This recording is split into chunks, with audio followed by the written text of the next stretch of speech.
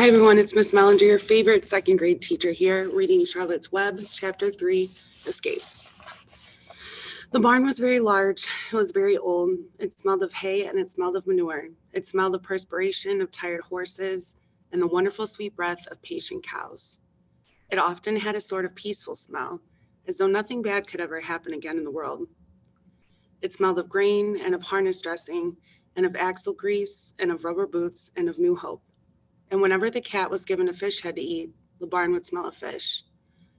But mostly it smelled of hay, for there was always hay in the great loft up overhead. There was always hay being pitched down to the cows and the horses and the sheep. The barn was pleasantly warm in winter when the animals spent most of their time indoors, and it was pleasantly cool in the summer when the big doors stood wide open to the breeze. The barn had stalls on the main floor for the work horses, tie-ups on the main floor for the cows, a sheepfold down below for the sheep, and a pig pen down below for Wilbur. It was full of all sorts of things you'd find in barns: ladders, grindstones, pitchforks, monkey wrenches, scythes, lawnmowers, snow shovels, axe handles, milk pails, water buckets, empty grain sacks, and rusty rat traps. It was the kind of barn that swallows like to build their nests in. It was the kind of barn that children like to play in. And the whole thing was owned by Fern's uncle, Mr. Homer L. Zuckerman. Wilbur's new home was in the lower part of the barn, directly underneath the cows. Mr. Zuckerman knew that a manure pile is a good place to keep a young pig. Pigs need warmth, and it was warm and comfortable down there in the barn cellar on the south side.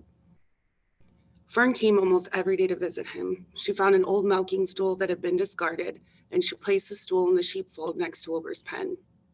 Here she sat quietly during the long afternoons, thinking, listening, and watching Wilbur. The sheep soon got to know her and trust her. So did the geese who lived with the sheep. All the animals trusted her. She was so quiet and friendly. Mr. Zuckerman did not allow her to take Wilbur out, and he did not allow her to get in the pig pen. But he told Fern that she could sit on the stool and watch Wilbur as long as she wanted to. It made her so happy just to be near the pig. It made Wilbur happy to know that she was sitting there, right outside his pen. But he never had any fun walks, or he didn't have any fun. No walks, no rides, no swims. One afternoon in June, when Wilbur was almost 2 months old, he wandered out into a small yard outside the barn. Fern had not arrived for her usual visit. Wilbur stood in the sun, feeling lonely and bored. There's never anything to do around here, he thought. He walked slowly to his food trough and sniffed to see if anything had been overlooked at lunch. He found a small strip of potato skin and ate it. His back itched, so he leaned against the fence and rubbed against the boards. When he tired of this, he walked indoors, climbed to the top of the manure pile, and sat down. He didn't feel like going to sleep. He didn't feel like digging. He was tired of standing still and tired of laying around. I'm less than 2 months old and I'm tired of living, he said. He walked out of the yard again. When I'm out of here, he said, there's no place to go but in. When I'm indoors, there's no place to go but out in the yard. When I'm out here, he said, I just reread that, I'm sorry. That's where you're wrong, my friend. My friend, said a voice. Wilbur looked through the fence and saw the goose standing there. You don't have to stay in that dirty little yard, said the goose, who talked rather fast. One of the boards is loose. Push on it. Push, push, push on it. Come on out. What? Said Wilbur. Say it slower. At the risk of repeating myself, said the goose, I suggest that you come on out. It's wonderful out here. Did you see a board was loose? That I did, said the goose. Wilbur walked up to the fence and saw that the goose was right. One board was loose. He put his head down, shut his eyes, and pushed. The board gave way. In a minute, he had squeezed through the fence and was standing in the long grass outside his yard. The goose chuckled. How does it feel to be free? She asked. I like it, said Wilbur. That is, I guess I like it. Actually, Wilbur felt queer to be outside his fence, with nothing between him and the big world. Where do you think I'd better go? Anywhere you like, said the goose. Go down through the orchard, root up the sod. Go down through the garden, dig up the radishes. Root up everything, eat grass, look for corn. Look for oats, run all over, skip and dance, jump and prance. Go down through the orchard and stroll in the woods. The world is a wonderful place when you're young. I can see that, replied Wilbur. He gave a jump in the air, twirled, ran a few steps, stopped, looked all around, sniffed the smells of the afternoon, and then set off walking down through the orchard. Pausing in the shade of an apple tree, he put his strong snout into the ground and began pushing, digging, and rooting. He felt very happy. He had plowed up quite a piece of ground before anyone noticed him. Mrs. Zuckerman was the first to see him. She saw him from the kitchen window, and she immediately shouted for the men. Homer, she cried, pigs out, Lurvy, pigs out, Homer, Lurvy, pigs out. He's down there under that apple tree. Now the trouble starts, thought Wilbur. Now I'll catch it. The goose heard the racket, and she too started hollering, run, run, run, downhill, make for the woods, she shouted to Wilbur. They'll never, never, never catch you in the woods. The Cocker Spaniel heard the commotion, and he ran out from the barn to join the chase. Mr. Zuckerman heard, and he came out to the machine shed where he was mending a tool. Lurvy, the hired man, heard the noise and came up from the asparagus patch where he was pulling weeds. Everybody walked toward Wilbur, and Wilbur didn't know what to do.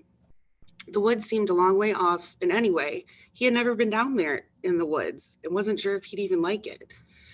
Get around behind him, Lurvy, said Mr. Zuckerman, and drive him toward the barn. And take it easy, don't rush him. I'll go and get a bucket of slops.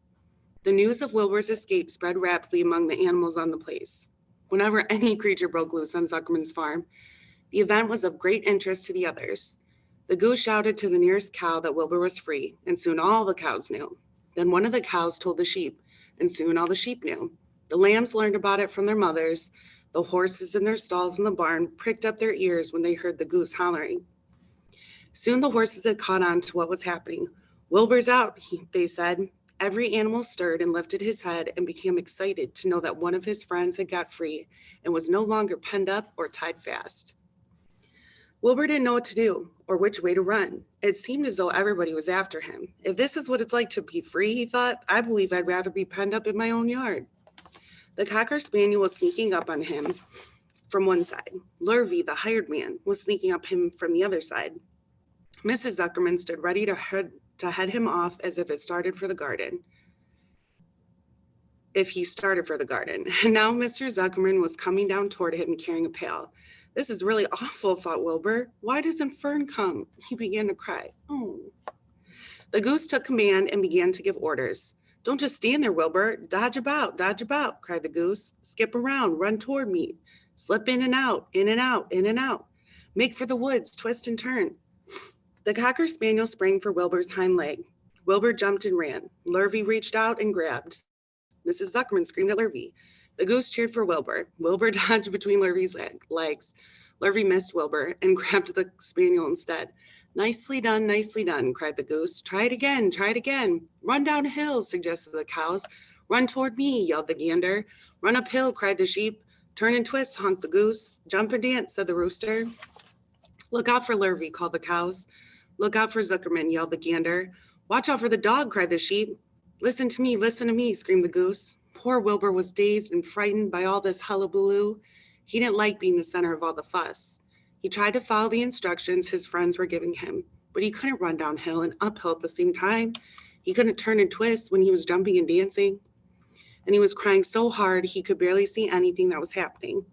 After all, Wilbur was a very young pig, not much more than a baby, really. He wished Fern was there to take him in her arms and comfort him. When he looked up and saw Mr. Zuckerman standing quite close to him, holding a pail of warm slops, he felt relieved.